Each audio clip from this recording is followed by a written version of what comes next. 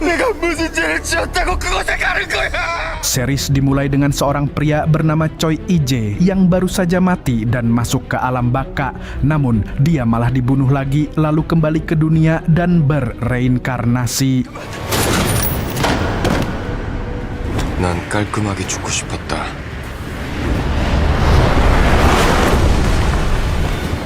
죽을 순 없다. Saat itu, Ije adalah seorang pengangguran profesional kayak saya. Kemana-mana pakai jas tapi dompet kosong melompong. Ije sebenarnya bukan orang bodoh atau madesu, cuman ya gitu. Zaman lagi susah, banyak PHK kayak di Konoha. Suatu hari, Ije akhirnya dapat panggilan interview. Dia minta doa dan semangat dari pacarnya, Jisoo, yang selalu yakin Ije bisa mendapat pekerjaan impiannya. Tapi nasib berkata lain. Saat Ije hendak masuk ke gedung perusahaan, tiba-tiba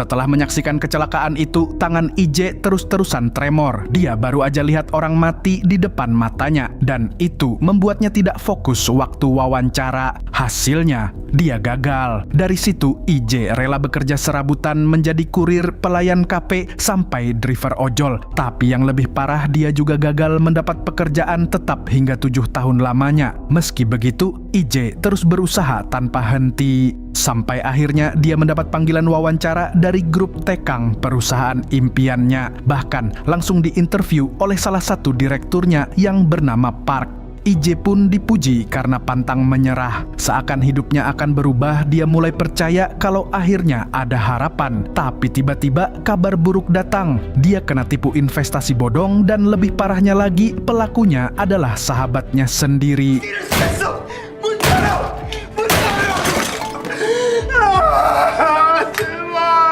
Ije hanya bisa menangisi uangnya yang hangus, padahal uang itu akan digunakan untuk menikah dengan Jisoo. Dia coba lapor polisi tapi diabaikan. Pulang dari kantor polisi, niatnya mau memberitahu Jisoo, malah melihat Jisoo sedang bersama pria lain. Sudah jatuh ketimpa tangga serumah-rumahnya.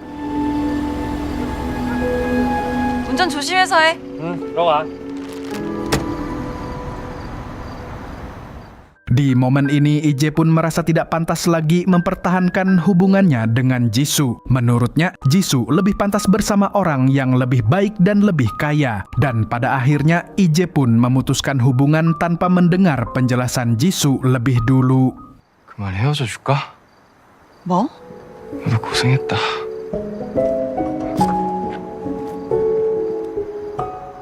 Kesialan Ije tidak berhenti di situ saja. Saat pulang ke kos, semua barangnya sudah dikeluarkan karena dia nunggak bayar. Dan yang lebih parah, dia mendapat email gagal lolos seleksi di grup Taekang. Ije pun hanya bisa meratapi hidupnya yang ngenes itu dengan nangis di bawah guyuran hujan.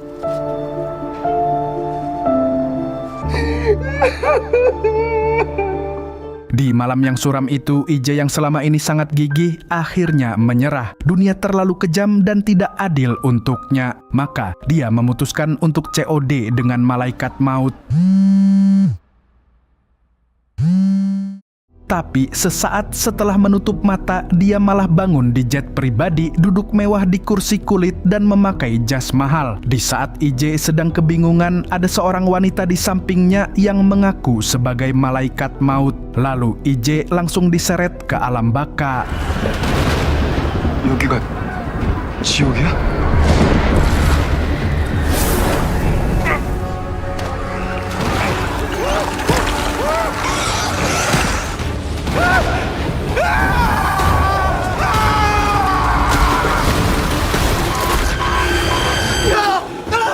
Ternyata mati bukan akhir dari segalanya, justru awal dari siksaan yang lebih kejam. Kata malaikat maut, Tuhan marah dan Ije akan dihukum karena ngajak COD-an malaikat maut. Dan hukumannya adalah mati sebanyak 12 kali dan merasakan sakit yang sangat menyiksa. Selamat datang di neraka versi premium. Tapi ada sedikit harapan kalau IJ berhasil bertahan hidup sebelum kematian ke-12, hukumannya akan dihentikan dan IJ bisa hidup di tubuh yang baru. Setelah menjelaskan itu, malaikat maut pergi, kemudian badai angin datang menyerang pesawat.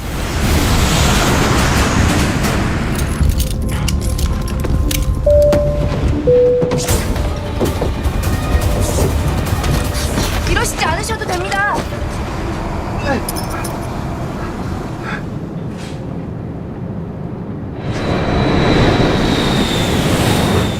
Untung saja IJ masih selamat. Lalu ada cahaya misterius yang masuk ke dalam kepalanya dan seketika dia menyerap semua memori milik pria yang dia rasuki, termasuk kecerdasan dan kekuatannya. Dari jadi pengangguran yang bahkan diusir dari kos, sekarang IJ bangun di tubuh CEO grup Taikang, orang terkaya ketiga di Korea. Bahkan dia saudara si direktur Park yang dulu menolak IJ waktu wawancara. IJ langsung nyengir kayak Joker. Waktunya balas dendam gaya elit dan memanfaatkan tubuh ini untuk mengubah nasib. Tapi sebelum bisa menikmati hidupnya, pesawat yang dia tumpangi tiba-tiba terbakar.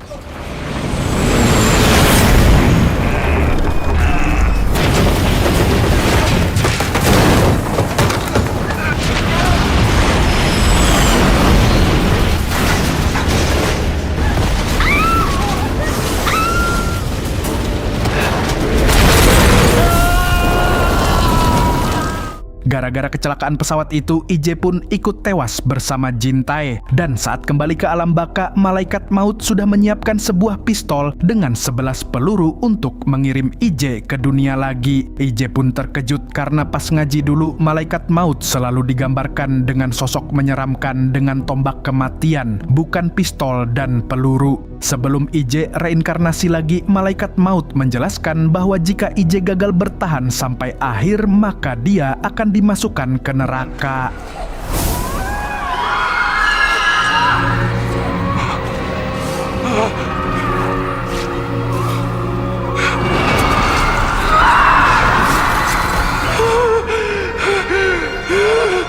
Melihat siksaan neraka, IJ pun mohon-mohon minta ampun. Namun, hukuman tetap harus berjalan. Hanya dengan bertahan, IJ bisa selamat dari neraka yang ternyata lebih buruk dari yang pernah dia bayangkan. Tanpa buang waktu lagi, malaikat maut pun kembali memasukkannya ke tubuh orang lain. 잠깐만.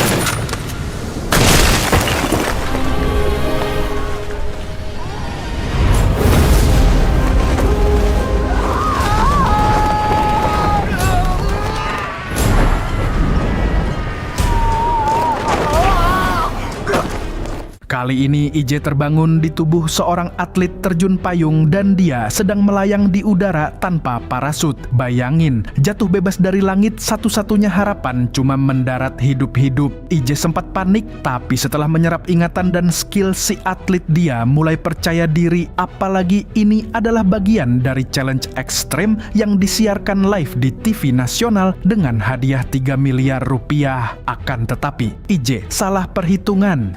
다 왔다!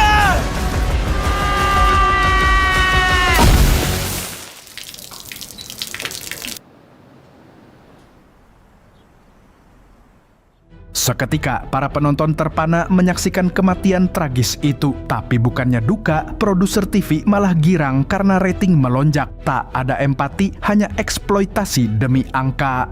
IJ terbangun di alam baka lagi. Di sini dia bertanya pada malaikat maut kenapa hukumannya sangat berat, padahal selama hidup dia tidak pernah melakukan dosa besar. Malaikat maut pun menjawab dengan dingin bahwa IJ memang tak berdosa di mata hukum, tapi dia telah menyakiti hati orang-orang yang mencintainya, terutama sang ibu dan Jisoo. Setelah penjelasan singkat itu, IJ kembali dilempar ke dunia. 아니면 Tubuh barunya adalah milik seorang siswa SMA bernama Hyuk-soo. Hidup pas-pasan bersama ibunya yang banting tulang dari pagi hingga malam. Hyuk-soo hanya bisa berbakti dengan belajar giat di sekolah. Tapi di sekolah dia justru jadi korban bullying oleh gangster sekolah yang dipimpin oleh jamet bernama Jin Sang. 야, 여기 좀 봐봐, 봉수야. 여기 돈을 가지고 왔어야지. 야. 야, 이 병신아. 죽더라도 딸기은이 사오고 죽어라. 나한테 쳐맞아 죽기 싫으면. 이 병신 같은. Karena sudah tidak kuat, Hyuk-soo pun berniat mengakhiri hidupnya. Beruntung, IJ masuk ke tubuh Hyuk-soo tepat waktu dan langsung menyerang Jin-sang CS.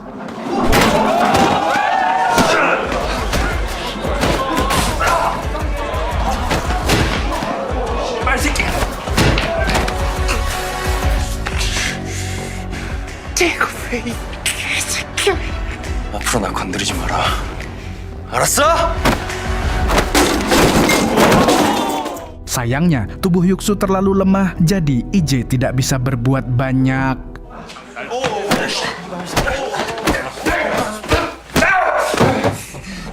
Tidak berhenti di situ, dia juga masih dipukuli setelah pelajaran selesai. Namun di sini, tangan kanan Jin-sang yang bernama Tae-suk membela Hyuk-soo karena menurutnya Jin-sang sudah keterlaluan. Tapi bukannya sadar, Jin-sang malah menghajar Tae-suk. Melihat celah itu, IJ pun berniat memanfaatkan Tae-suk untuk membalaskan dendam Hyuk-soo. Sepulangnya dari sekolah, IJ pulang ke rumah Hyuk-soo. Di sana, dia melihat foto-foto Hyuk-soo bersama ibunya. Seketika IJ teringat pada sang ibu yang kini hidup sebatang kara setelah dia meninggal dunia. IJ pun merasa bersalah karena telah mengakhiri hidup. 그래, 어서 먹어. 많이 먹어. 엄마. 괜찮아, 이제야. 괜찮아. Besoknya, IJ mendekati Tae-suk dan menghasutnya. IJ bilang Tae-suk jauh lebih kuat dan lebih pantas jadi bos daripada Jin-sang. Karena tanpa dukungan geng kelas 3, Jin-sang hanyalah seorang pecundang. IJ pun mengajak Tae-suk untuk bekerja sama menjatuhkan si jamet itu. Mendengar itu, Tae-suk jadi sadar kalau selama ini dia selalu diremehkan oleh Jin-sang. Akhirnya, dia pun mau bekerja sama dengan IJ. Dan tibalah saatnya. Saat makan siang, Jin-sang lagi-lagi membuli Hyuk-soo, tapi kali ini IJ melawan balik dengan menumpahkan mie ayam ke muka si jamet. Seluruh murid pun tertawa terbahak-bahak. Jin-sang yang merasa dipermalukan langsung menyuruh Tae-suk untuk menghajar IJ. Tapi karena sudah kong kali kong, Tae-suk cuman diam dan membiarkan jamet itu jadi bahan tertawaan sampai mukanya kelihatan kayak orang tolol. 가서 씻어야 될 것 같은데.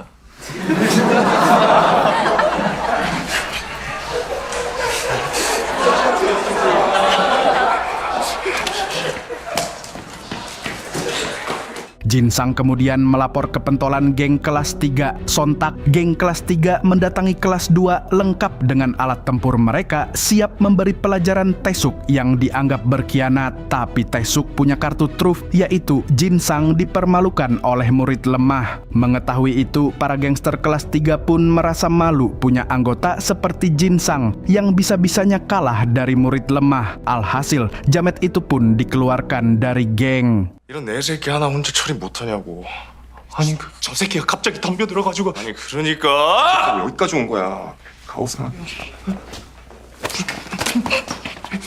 형. Sejak itu Jin-sang jadi terlihat seperti pecundang yang sesungguhnya. Semua orang meninggalkannya, bahkan pacarnya juga selingkuh dengan ketua geng kelas 3. Karma datang cepat dan Jin-sang mulai merasakan apa yang selama ini Hyuk-soo alami. Lalu pada suatu malam Jin-sang menemui IJ yang sedang olahraga untuk membentuk tubuh Hyuk-soo. Di sini Jin-sang bertekad akan balas dendam kepada Hyuk-soo. IJ pun mengatakan kalau Jin-sang hanya orang cemen jadi tidak mungkin bisa balas dendam. Tapi ternyata perkataan IJ membuat Jin-sang kalap dan dalam sekejap dia membunuh Hyuk-soo. 야! 죽고 싶어도 환장했어! 야!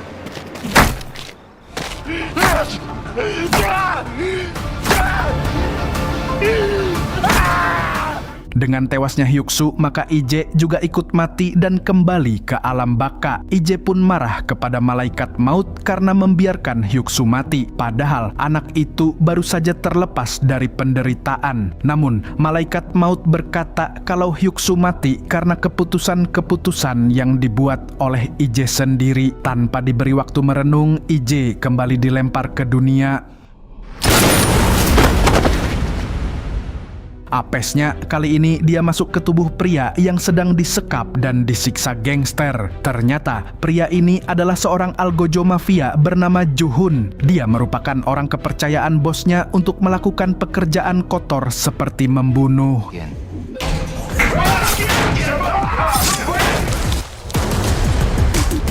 Tapi siapa sangka dalam hatinya masih ada sedikit kebaikan. Karena suatu hari, Ju-hun melihat seorang wanita disiksa bosnya. Hati nuraninya tidak tahan sehingga dia mencuri 10 miliar dari bosnya untuk membebaskan wanita itu dan dibawa kabur ke Nganjuk. Tapi sialnya, Ju-hun ketahuan dan ditangkap. Begitu Ije menyerap ingatan Ju-hun, dia langsung memberontak.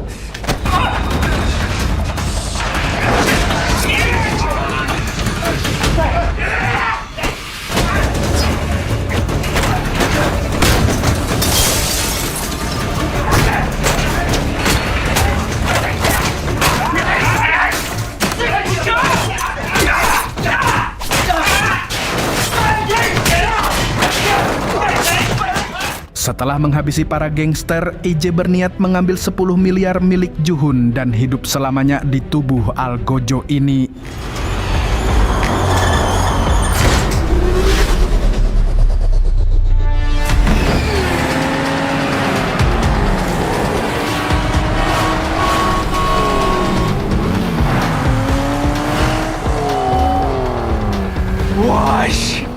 Tapi sayang sekali, bosnya Ju-hun langsung membuat sayembara. Barang siapa yang bisa menangkap Ju-hun, maka mereka mendapatkan 10 miliar plus paket wisata Jokowi. Alhasil, semua yang mendengar pengumuman ini mulai bergerak. Mulai dari polisi korup sampai gangster bule pun ikut memburu Ju-hun.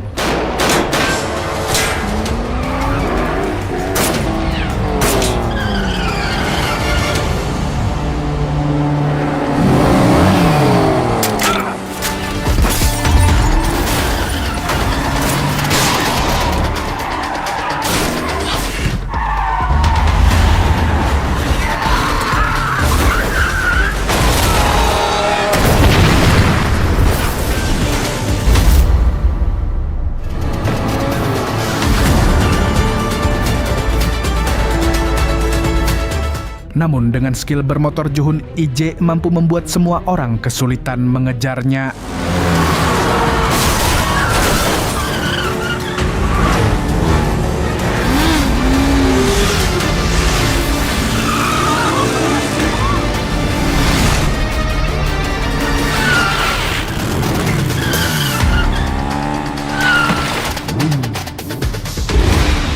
Walaupun sempat terkepung, tapi Ije selalu bisa melihat celah dan akhirnya...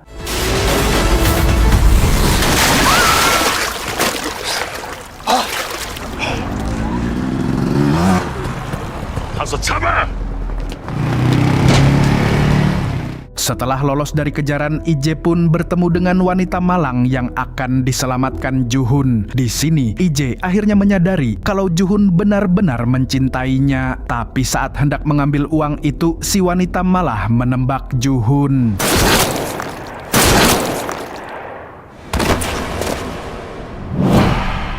Di alam baka, Ije kaget kenapa wanita itu membunuh Ju-hun. Ternyata dia cuma mau menguasai uang 10 miliar tersebut. Untungnya hanya Ju-hun yang tahu tempatnya dan kini semua ingatan itu ada di kepala Ije. Rencananya dia akan mengambil uang itu saat turun ke dunia lagi.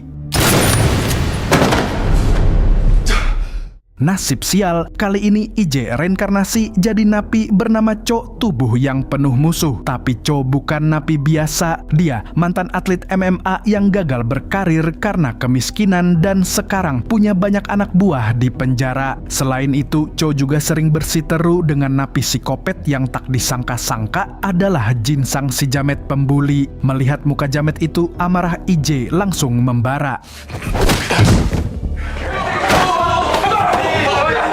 Tapi ternyata Cho punya masa lalu kelam. IJ dibawa ke ingatan Cho di mana Cho dipenjara selama 6 bulan untuk menggantikan bos grup Taekang yang melakukan tabrak lari. Cho menyetujui tawaran ini karena dia butuh uang untuk melunasi utang ibunya. Namun saat persidangan berlangsung, korban tabrak lari itu meninggal di rumah sakit sehingga vonis hukumannya bertambah jadi 2 tahun. Karena tidak terima, Cho pun mengancam akan membocorkan pelaku tabrak lari tersebut dan minta uang 1 miliar ke pengacara dari grup Taekang. 이 음주운전에 뺑소니로 사람까지 죽이고 너 법조하다가 죽는 법이 있어. 이야 이거? 응? 이거 몇 년 받으시려나? 내가 여기 갇혀서 배운 게 사는 법이라. Kembali ke saat ini, IJ yang menyerap ingatan Cho pun tahu kalau Jinsang cuma ngaku-ngaku psikopat berdarah dingin, padahal cuma bunuh 1 orang. Maka IJ langsung balas dendam untuk Hyuksu dengan menghajar Jinsang di depan semua napi. 때려봐. 죽이고 싶어. 때려보라고.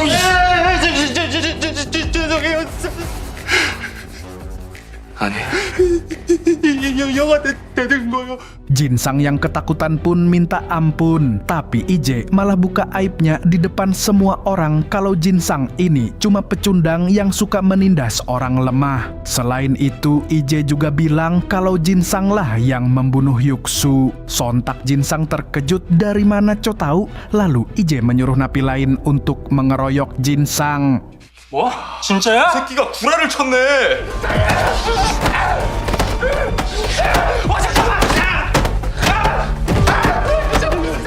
Sejak hari itu, Jinsang jadi target bully di penjara dan IJ tidak peduli. Menurutnya, si jamet harus merasakan penderitaan yang dulu dialami Hyuksu. Keesokan harinya, IJ dan napi lain bekerja di pabrik kayu milik penjara. Tapi di sana, para napi mulai melihat IJ dengan tatapan yang mencurigakan. Tanpa diduga, salah satu napi menyerang IJ tapi malah kena senjata makan tuan. Ternyata, mereka disuruh grup Taekang untuk membunuh IJ dan terjadilah pergelutan yang sengit.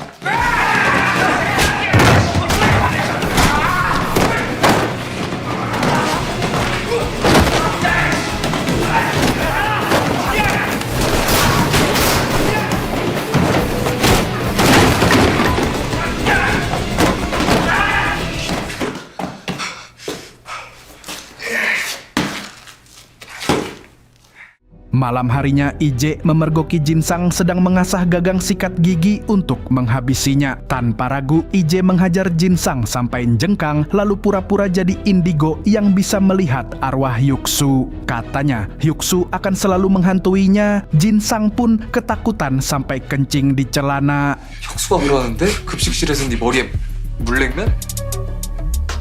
나한테 미안하냐? 감옥 들어와서 인생 맞췄다고.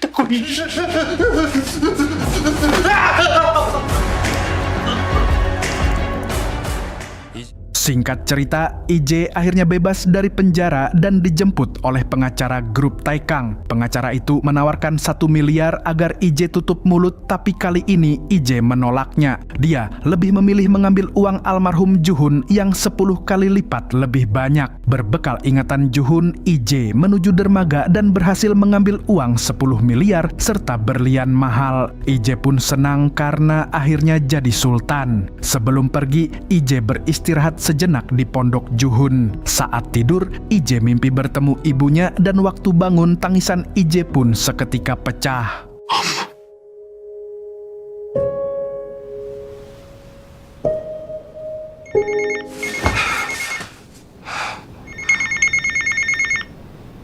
엄마?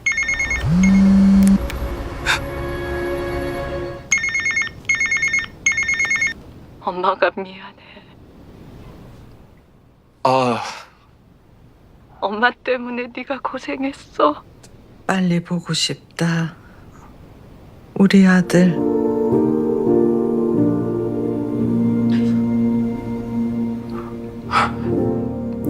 네.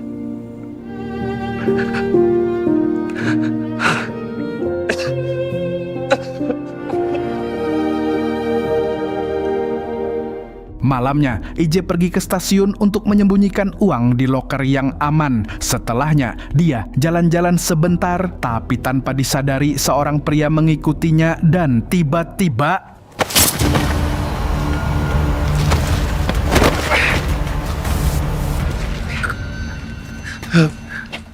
IJ terkejut, ternyata itu adalah ayah dari korban tabrak lari. IJ pun memberitahu kalau pelakunya adalah petinggi grup Taekang. Si bapak yang salah sasaran pun panik dan langsung kabur meninggalkan IJ yang sekarat. Ketika nyawa IJ di ujung tanduk, Jinu, anak buahnya di penjara, muncul. Tapi sialnya, Jinu sudah dibayar grup Taekang untuk menghabisinya. 얼마나 있다고 어디서 개수작이야. 걔네는 너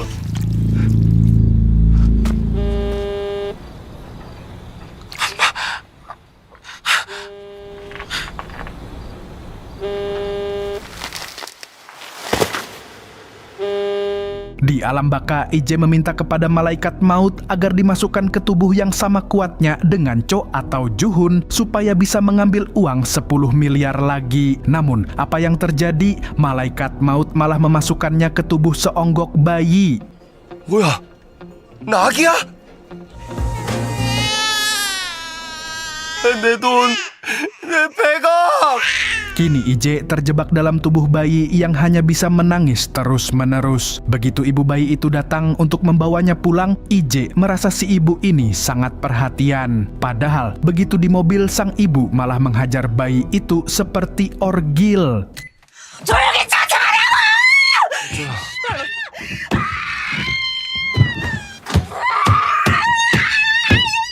Sesampainya di rumah, ayah bayi pun tak kalah parah. Dia memaksa bayi itu makan makanan kadaluarsa. Tak lama, polisi datang bersama pegawai perlindungan anak. Ternyata tetangga mereka yang melaporkan karena menduga ada penganiayaan. Sang suami pun memberitahu kalau dia bekerja di Yayasan Peduli Anak sehingga polisi membatalkan penyelidikan. Begitu polisi pergi, sang ibu langsung membunuh bayinya sendiri.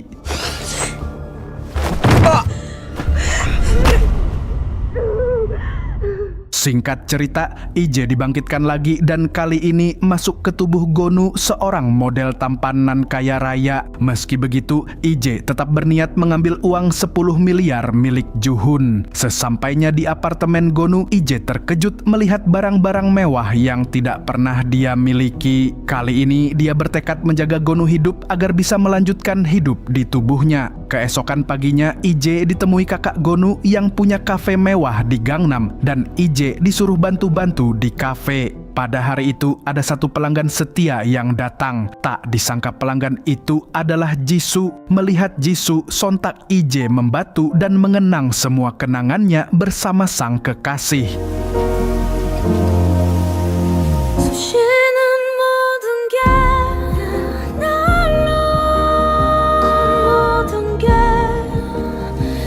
너도 고생했다. 잘 살아라. 난 너만 사랑해. 사랑해. 주문하시겠어요? 따뜻한 유자차요. 네. IJ semakin menyesal karena nekat COD dengan malaikat maut. Sekarang Jisoo sukses jadi penulis novel dan tak disangka satu novel Jisoo berisi pujian untuk IJ. Ternyata selama ini Jisoo selalu menerima kekurangannya. Lalu IJ ingat di malam saat dia memutuskan hubungan dengan Jisoo karena mengira Jisoo selingkuh. Padahal kenyataannya pria itu kakaknya. Hal ini pun membuat IJ marah pada dirinya sendiri. Keesokan harinya, Jisoo kembali ke kafe untuk menulis. IJ lantas memperkenalkan diri sebagai Gonu, fans garis keras Jisoo, dan menawarkan ide cerita tentang pengalaman mati berkali-kali yang dia alami. Namun, Jisoo hanya menganggapnya karangan biasa. 좀 너무하긴 하네요. 그쵸? 와, 진짜 걔 완전 미친년이에요. 꼭 만나본 것처럼 막 열내면서 말씀하시니까. 근데 이 소설 주인공 이름은 뭐예요? 생각해봐야 돼요. 네. Setelah mendengar cerita, Jisoo menandatangani buku IJ sebagai apresiasi. Namun, IJ terkejut karena pulpen yang digunakan Jisoo adalah pemberiannya dulu.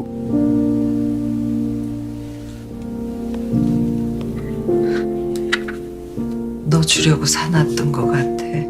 Sejak hari itu, mereka sering bertemu. Jisoo merasa Gonu mirip dengan IJ tanpa dia tahu bahwa jiwa IJ ada di tubuh Gonu. Lalu pada suatu malam setelah Jisoo pulang, IJ mendengar kecelakaan mobil. Sontak dia panik karena mengkhawatirkan Jisoo. 여자 상태 어떠냐고 살았냐고.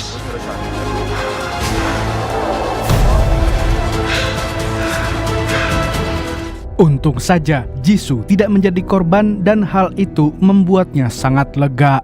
Keesokan harinya Jisoo mendatangi makam IJ karena dia sangat merindukannya. Apalagi sejak bertemu dengan sosok Gonu, dia merasa bahwa IJ sedang berada di sampingnya. 그때 오빠 잡았으면 만약에 내가 오빠는 다른 선택을 했을까?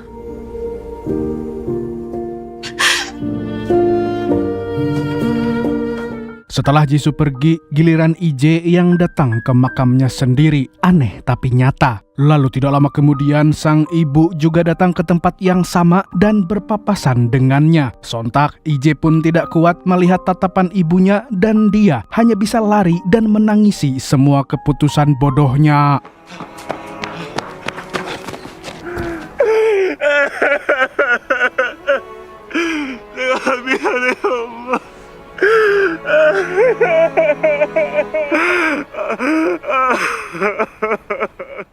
Keesokan harinya, IJ menulis surat untuk ibunya dengan mengatasnamakan temannya. IJ juga menaruh tas yang berisi 10 miliar di rumah ibunya dengan harapan ibunya bisa hidup lebih baik. Lalu malam-malam entah ngapain IJ lari-larian, tapi dia berhenti di tempat yang salah karena beberapa detik kemudian IJ kejatuhan baliho yang berada tepat di atasnya.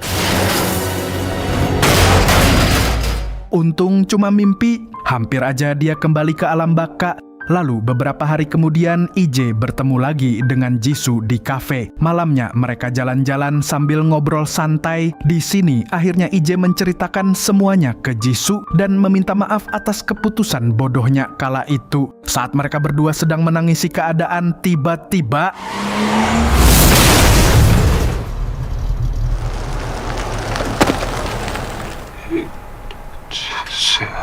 akibat digencet mobil, Jisoo pun langsung pindah alam sedangkan IJ sekarat dan tidak berdaya. Rupanya yang menabrak mereka adalah Pak, pemimpin grup Taikang yang mulai sekarang kita panggil saja nih orang dengan sebutan Samidi. Si psikopat ini hobi banget bunuh orang. Dari adiknya sendiri, Jin Tae, yang dibunuh dengan kecelakaan pesawat, sampai Cho yang dijadikan kambing hitam untuk masalah tabrak lari. Dan ternyata dia juga yang menyebabkan si atlet terjun payung tewas. IJ baru sadar semua kematiannya saling berkaitan. Tapi saat IJ hampir bangkit melawan, Samidi malah mencekiknya.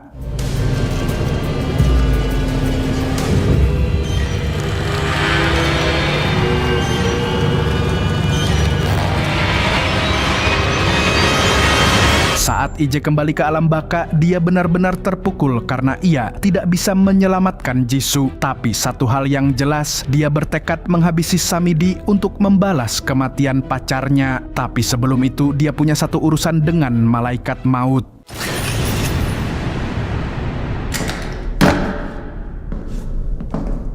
Di tempat lain, dua YouTuber sedang siaran langsung. Mereka mengaku berhasil menangkap pembunuh berantai yang meresahkan warga. Padahal kenyataannya mereka cuma nangkep buronan kelas teri. Tanpa mereka sadari, ada seorang pria misterius yang mengawasi mereka. Dan tak lama setelah itu, kedua YouTuber ini langsung dihabisi pria itu.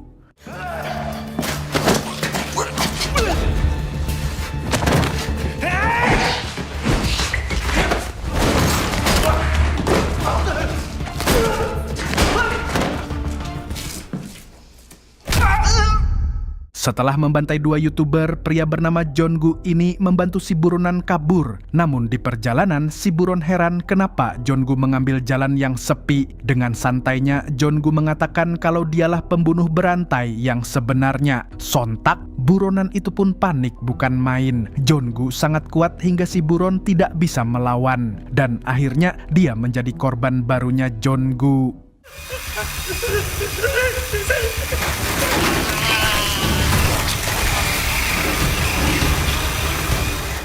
Di sisi lain, IJ baru saja menembak malaikat maut. Dia lalu berusaha kembali ke bumi karena ingin balas dendam atas kematian Jisoo dengan menghabisi Samidi. Namun ternyata yang bisa mengirimnya ke dunia hanya malaikat maut. Malaikat maut yang sudah kena headshot pun kini bangkit. Dia mengatakan bahwa IJ tidak akan bisa membunuhnya karena malaikat maut adalah wujud dari maut itu sendiri. Dia tidak pernah hidup dan tidak pernah mati. Bahkan bisa berubah wujud menjadi siapa saja termasuk jadi Jisoo agar perasaan IJ makin tersiksa. 이제야. 지수야. 제발 그만해. 너처럼 벌을 받아야 할지 아닐지 단지 같이 죽게 된 남자와 아는 사이가 된 것이. 박태우 그놈이 왜? Kemudian malaikat maut memberi peringatan keras, jika IJ berani membunuh orang saat kembali ke dunia, maka dia akan dihukum lebih keras lagi. Lalu setelahnya, dia pun langsung menurunkan IJ ke dunia.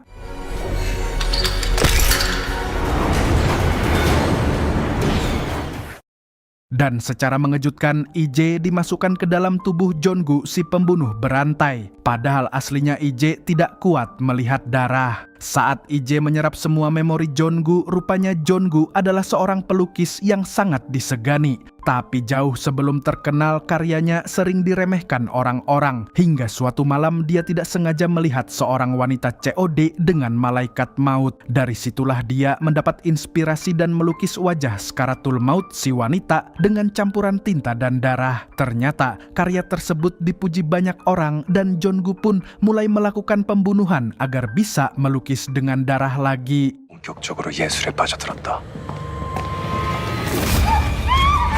승차 일부를 발견해 정규철 화백의 작품 시작가 1억 2천을 시작하겠습니다. 1억 2천, 1억 7천. Setelah menyerap memori Jonggu, IJ langsung bergidik ketakutan sampai muntah-muntah. Tapi di saat yang bersamaan, dia berpikir akan memanfaatkan Jonggu yang jahat untuk balas dendam kepada orang jahat lainnya. Siapa lagi kalau bukan Samidi? 박태우. Tanpa berlama-lama, Jonggu pun langsung ke TKP pembunuhan Jisoo.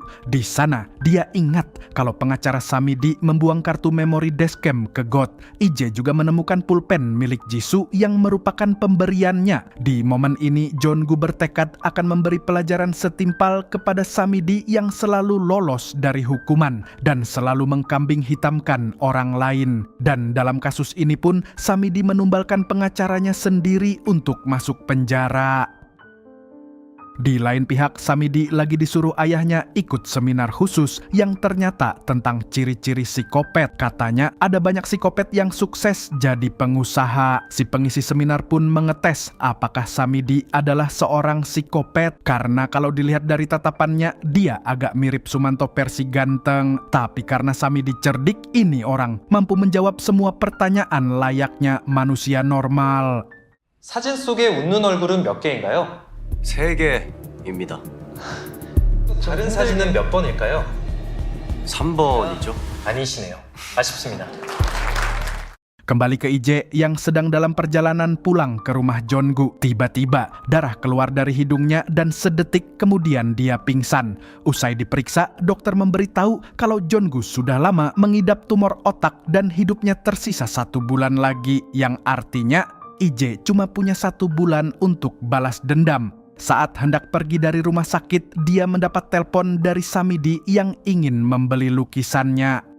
Langsung saja Ije menemuinya di galeri. Di sana, Ije sadar kalau Jeonggu dan Samidi sama-sama iblis. Apalagi lukisan yang hendak dibeli Samidi full dibuat dengan darah dari 15 korban Jeonggu. 왜 이렇게 강하게 끌리는 이유가 이라고 착각한 미친놈 아닐까요? 뭐라고? Sebelum transaksi dilakukan, Ije memanfaatkan kesempatan ini untuk menanyakan alamat rumah Samidi. Tanpa Samidi ketahui, pertanyaan itu adalah langkah pertama dari misi balas dendam yang mematikan.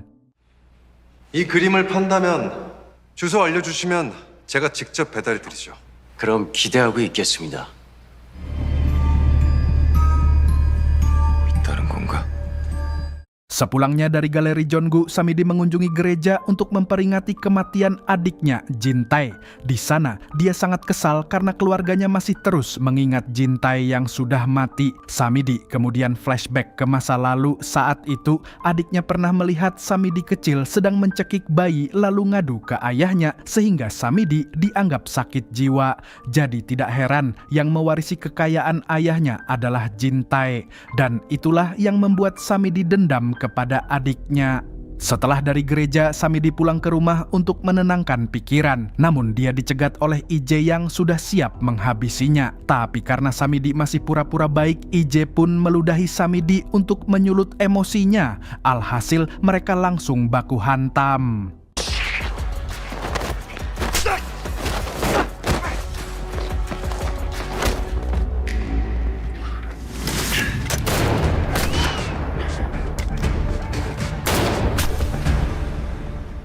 Meski sempat tertembak shotgun, Ije bangkit lagi karena dia menggunakan rompi anti peluru.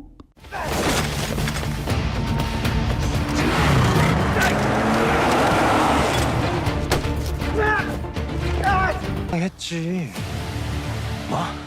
Ije akhirnya menangkap Samidi dan membawanya ke studio lukis tempat Jeonggu mengeksekusi para korbannya. Namun sialnya, Ije tak bisa mengendalikan tumor di tubuh Jeonggu dan akhirnya dia jatuh pingsan. Lalu ketika terbangun, dia sudah diikat di meja operasi. Di sini, Samidi memberitahu Ije kalau dia akan menghabisinya dengan cara yang paling kejam. Setelah itu, dia akan menggunakan studio lukis ini sebagai tempat pembunuhannya dan akan menggantikan Jeonggu sebagai pembunuh berantai paling berbahaya di Korea. Lalu setelah mengatakan itu, Samidi pun mulai mengeksekusi Ije.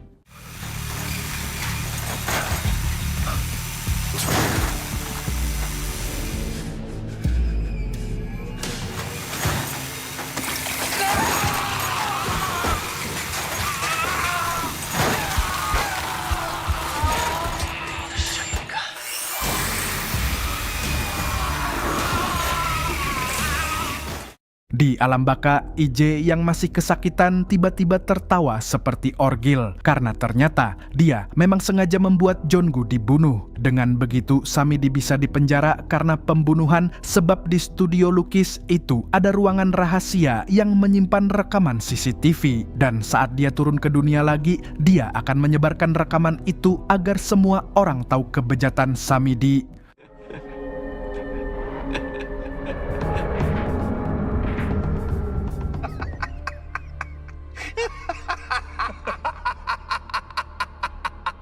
Malaikat maut pun menyebut Ije tak tahu diri karena sok-sokan menghukum orang, padahal dirinya juga lagi dihukum. Kemudian Ije dibangkitkan lagi di tubuh seorang polisi pengecut yang sedang mengejar penjahat.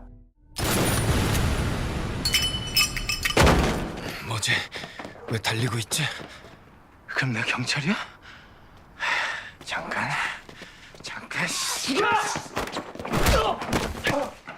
Saking pengecutnya, dia bahkan dimarahi oleh bawahannya sendiri.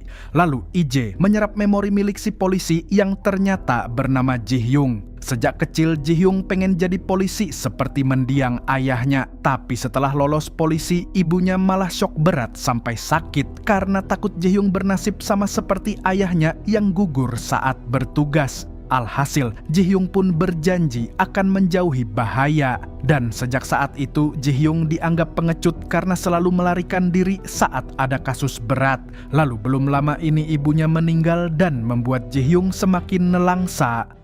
Setelah mengingat semua memori itu, Ije pun bertekad untuk mengharumkan nama Ji-hyung agar dia tidak diremehkan lagi.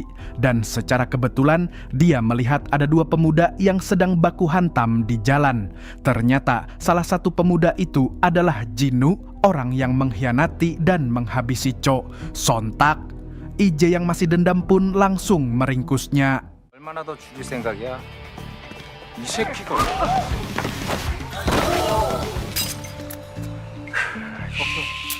Melihat aksi IJ, para warga berterima kasih, sedangkan bawahannya yang bernama Lee terkejut. Aksi Ji-hyung pun viral dan membuat rekan kerjanya heran, kok bisa orang pengecut berubah jadi pahlawan dalam waktu semalam. Kemudian IJ mengajak Lee ke studio lukis milik Jong-gu. Di sini IJ memberitahu kalau studio itu digunakan untuk membantai korban-korbannya, dan saat Lee mengecek setiap ruangan, IJ diam-diam memindahkan rekaman CCTV yang menunjukkan wajah Samidi ke sebuah flash disk lalu menghapus file aslinya. Dia akan mengirimnya ke wartawan sebab polisi pasti akan berpihak ke Samidi. Setelah itu IJ menyuruh Lee untuk memanggil tim forensik. Mereka pun tercengang dengan semua bukti yang ditemukan. 정규철은 피해자들의 피를 이용해서 그림을 그렸습니다.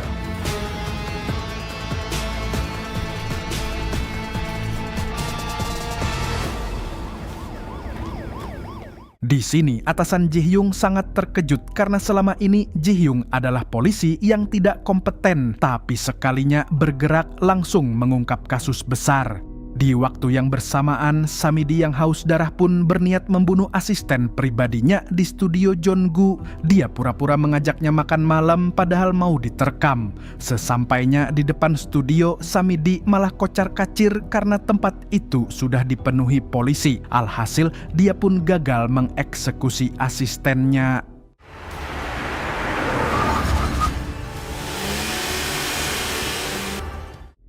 Keesokan harinya, nama Ji-hyung viral karena mengungkap pembunuhan berantai. Sementara itu, Samidi panik karena takut ketahuan dan langsung menyuruh mafia yang tak lain bosnya Ju-hun untuk menghabisi Ji-hyung. Rupanya, Samidi juga pernah membayar si mafia untuk membuang jasad Jong-gu. Di lain pihak, IJ memberikan file rekaman CCTV kepada wartawan untuk disebarkan ke media.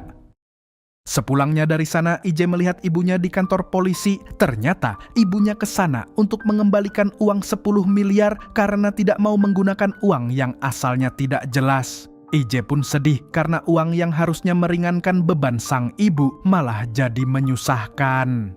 고맙습니다. 그 돈가방은 왜 신고하셨어요? 겨우 그깟 돈이랑 바꿀 수 있는 아이가 아니었거든.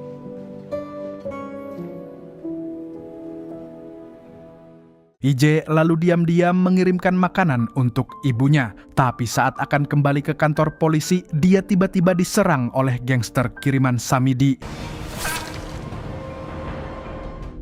Di sisi lain, Samidi mendapatkan fakta bahwa ayahnya diam-diam menyelidiki semua pembunuhan yang dia lakukan. Samidi pun kesal karena dia selalu dianaktirikan sejak kecil. Dia sebenarnya ingin menghabisi sang ayah, tapi ada banyak pengawal. Alhasil, dia melampiaskan kemarahannya dengan membunuh orang random di tengah jalan.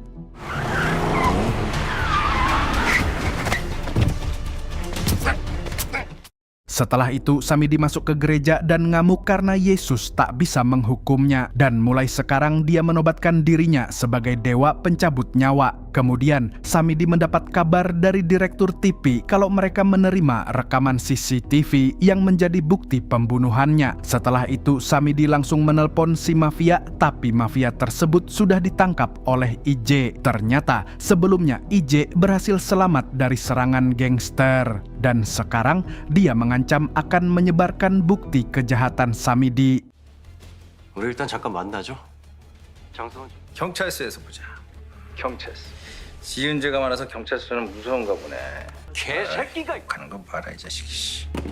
Tak mau citranya hancur, Samidi pun menyogok petinggi polisi dan media agar tidak menyebarkan kejahatannya. Dia juga menawarkan uang miliaran won kepada IJ sebagai uang tutup mulut. Tapi IJ sama sekali tidak tergiur dan akan tetap melanjutkan rencananya.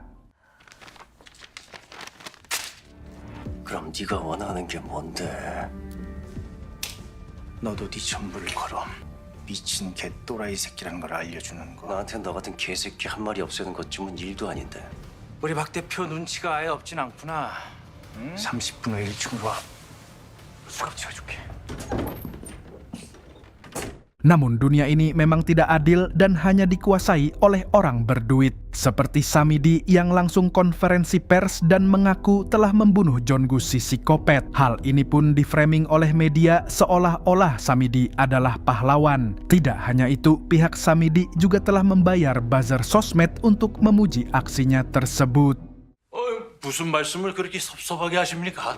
모든 언론에 안 좋은 기사 한 줄이라도 썼다가 우리 당원들은 모두 정치인들이 박태우 대표를 지지하고 Usai kejadian tersebut, keadaan menjadi berbalik dan IJ terancam dipecat karena dituduh memalsukan bukti. Tidak hanya itu, para polisi korup juga diperintahkan untuk menangkap IJ. Singkat cerita, Samidi yang sudah bebas dari tuduhan pun berniat pergi ke Nganjuk dengan jet pribadinya. Di sana, dia ingin bersantai sembari mencari mangsa baru. Tapi jet pribadi itu mendadak mengalami turbulensi, dan yang mengherankan lagi, pilotnya tiba-tiba menghilang. Kemudian muncul suara dari TV yang mengabsen semua kejahatannya. Dan kali ini Samidi akan mengalami kematian yang sama seperti adiknya, di mana pesawat akan meledak dalam 30 detik.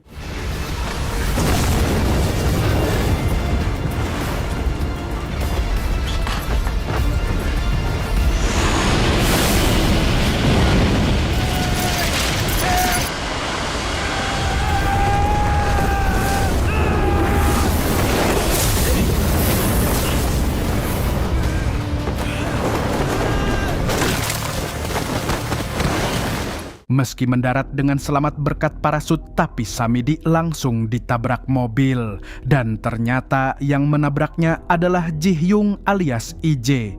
Ternyata sebelumnya IJ bekerja sama dengan Lee untuk menjebak polisi korup yang sempat menyekapnya. Selain itu, IJ juga menggunakan kekuatan Juhun si anggota mafia untuk membajak jet pribadi milik Samidi dan merusak mesinnya. Pokoknya IJ menggunakan skill orang-orang yang sempat dia rasuki.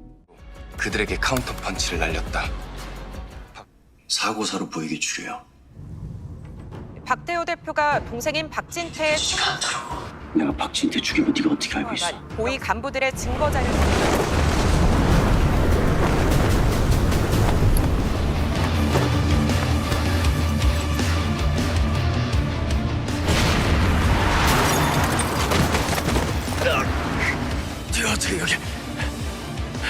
Mendengar itu, Samidi pun kocar-kacir dan IJ tidak menyia-nyiakan kesempatan ini. Dia langsung membekap Samidi saat itu juga.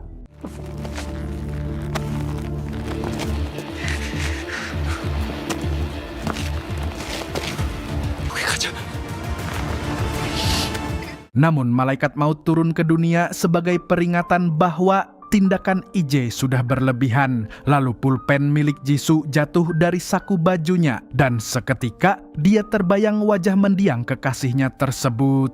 IJ pun akhirnya melepaskan Samidi dan membiarkan karma datang dengan sendirinya. Saat IJ hendak pergi, Samidi kembali bangkit dan berniat membalasnya. Namun tiba-tiba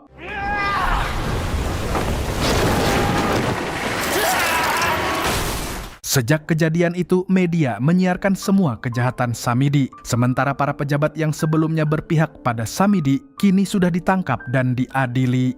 Samidi sendiri sudah resmi jadi tahanan kota dan kini sedang dirawat di rumah sakit. Setelah ini, dia akan membayar semua dosanya dengan rasa sakit dan menjalani hidup dengan tubuh lumpuh serta tanpa kaki.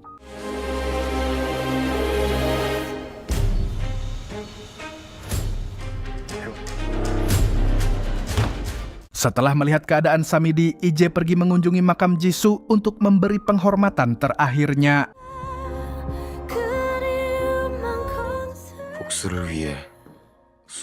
Mulai hari itu, IJ memutuskan untuk terus menjalani hidup sebagai Ji-hyung, si polisi yang membasmi kejahatan untuk membayar dosa-dosanya.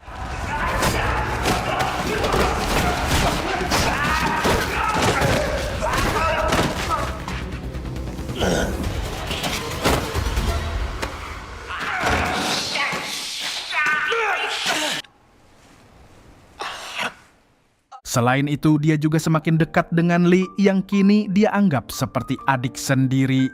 Bahkan, dia berjanji pada anak Lee bahwa dia akan melindungi Lee dari mara bahaya. 아빠가 나갔다 와도 안 아프게 한 번. 약속해요.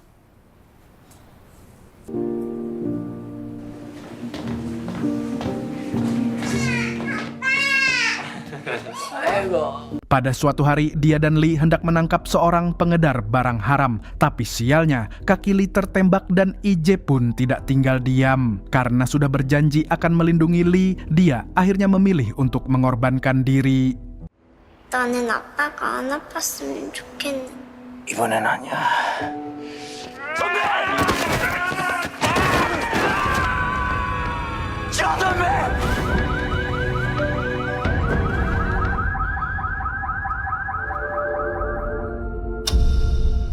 Di alam baka, malaikat maut mengatakan kalau yang IJ lakukan itu percuma karena dosa-dosanya tidak akan terhapus begitu saja. Dan untuk membuatnya menyesal, malaikat maut pun kembali mengirimnya ke dunia.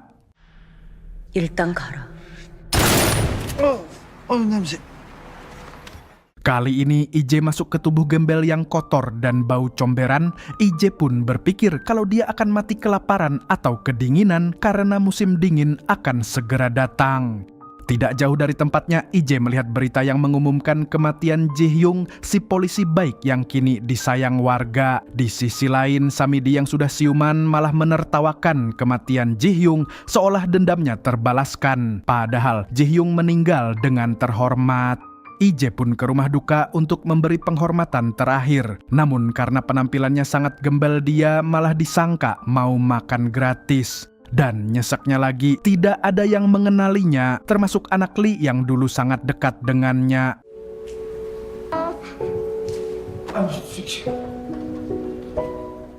Tak lama kemudian, rombongan menteri datang untuk memberi penghormatan kepada Ji-hyung. Padahal semua itu hasil kerja keras IJ. Namun, IJ sadar tidak ada orang yang mengenalnya lagi. Di sini, dia paham maksud malaikat maut bahwa semulia apapun perbuatannya sekarang, nama IJ tidak akan dikenal karena dia sudah mati. Di tengah kesedihannya, IJ melihat Lee yang sedang meratapi kematian seniornya. Dia pun berusaha menenangkannya, tapi Lee malah marah. Kemudian IJ melihat cahaya memori yang akan masuk ke tubuh si gembel. Namun IJ sudah tidak sanggup menyerap memori orang lain karena dia juga akan merasakan penderitaannya. Saat berusaha lari dari cahaya itu, dia malah terjatuh di tangga.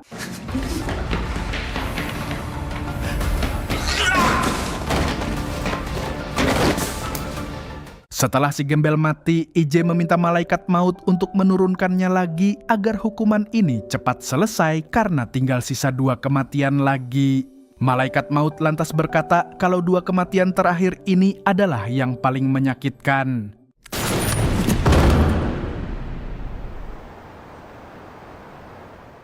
Kali ini IJ reinkarnasi jadi seorang pria yang baru saja di PHK dari grup Taekang. Dan gara-gara di PHK, dia juga diceraikan oleh istrinya karena dianggap mokondo. Namun anehnya, saat ini IJ berada di masa lalu tepatnya 7 tahun sebelum kematiannya.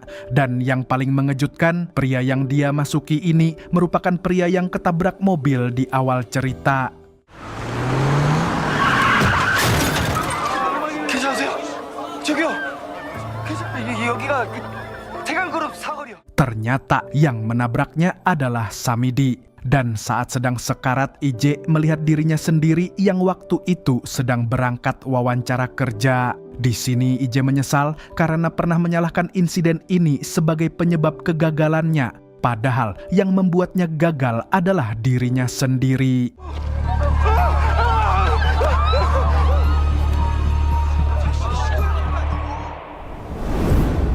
Di alam baka, IJ punya 1 kali lagi kematian. Dan saat diturunkan ke dunia lagi, IJ sangat-sangat terkejut karena dimasukkan ke tubuh ibunya.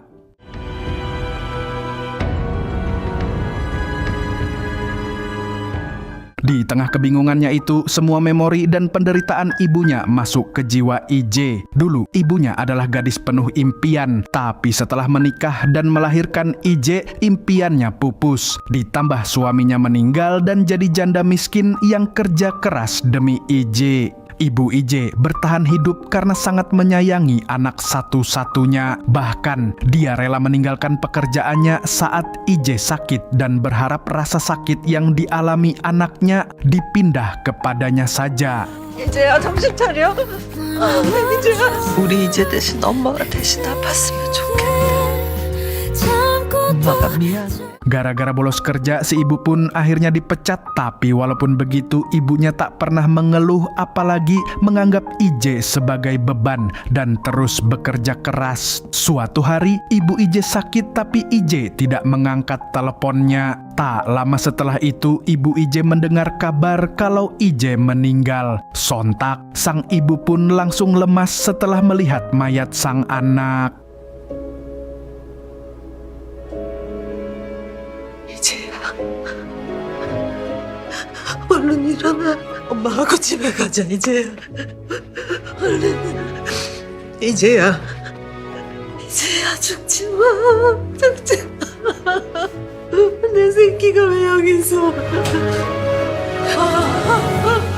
Baginya, kematian IJ adalah karma karena dia bukan ibu yang baik. Dan sejak saat itu, kehidupan ibu IJ berubah menjadi semakin sulit dan penuh rasa sakit. Belum lagi, dia sering jadi bahan gibah dan dianggap pembawa sial di tempat kerjanya. 절대 옷 입히지 마. 나도 내 딸 청첩장은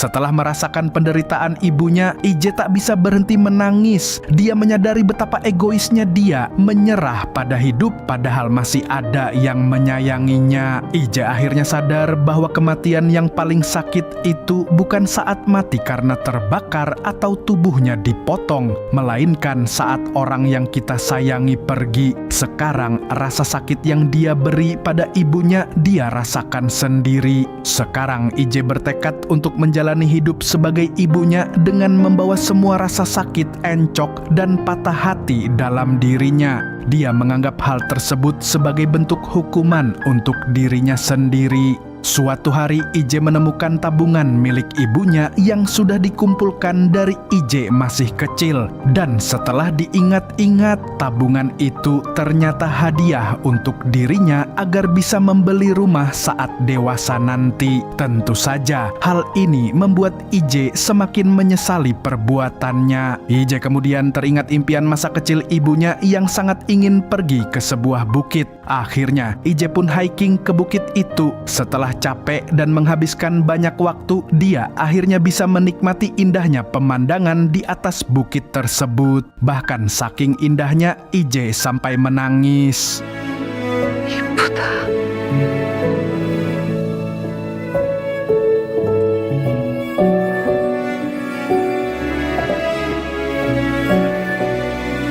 약속 못 지켜서 잊고 있어서 미안해.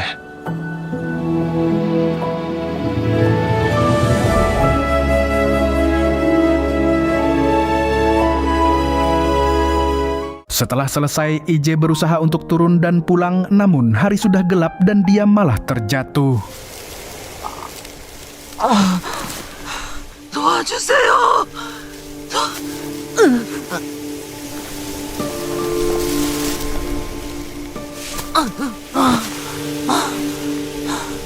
IJ merasa bahwa dia akan mati lagi, tapi dengan tekad yang kuat, dia berhasil bertahan hidup. IJ lalu bangun di rumah sakit dengan keadaan penuh luka. Walaupun kakinya terluka parah, namun dia tetap bersyukur bahwa tubuh sang ibu belum mati.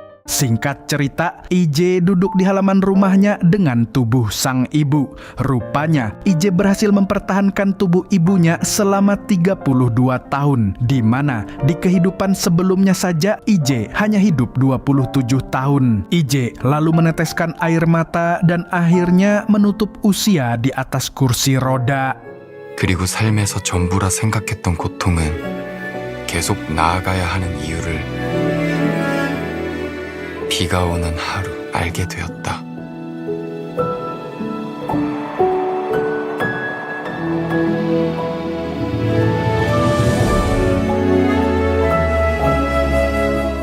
Di Di alam baka, IJ bersiap untuk menerima penghakiman Tuhan. Dia juga sudah siap masuk neraka jika memang itu bisa menghapus dosa-dosanya. Namun sebelum itu, dia memohon kepada malaikat maut untuk diberi kesempatan hidup sekali lagi di dalam tubuhnya sendiri. Mendengar permohonan tersebut, malaikat maut mengambil sebuah peluru yang berbeda dari biasanya. Kemudian, malaikat maut memberikan pistolnya kepada IJ agar dia bisa menentukan nasibnya sendiri. Karena menurut malaikat maut, IJ sudah menyesali perbuatannya dan layak diberi kesempatan kedua. Akhirnya IJ pun mengambil kesempatan itu dan kembali turun ke dunia sebagai dirinya sendiri, dan series pun tamat. Kalau malaikat maut sebaik di series ini, mungkin surga penuh karena para pendosa diberi kesempatan kedua. Nah, dari film ini kita belajar bahwa neraka yang paling menyakitkan adalah rasa penyesalan yang tidak ada hentinya. Segitu dulu dari saya, Mamang Tobi, sang pengangguran profesional. Dan sampai jumpa di video-video selanjutnya. Coba komen, kita bahas series apa lagi nih? Sekali-kali bolehlah minta like-nya, komennya, share-nya, dan subscribe-nya. Kalau begitu, Burung Kuntul pamit undur diri. Terbanglah tinggi si burung kuntul, bawa mimpi ke ujung dunia. Di sana ada cahaya gemerlap, menanti untuk kau jelajah.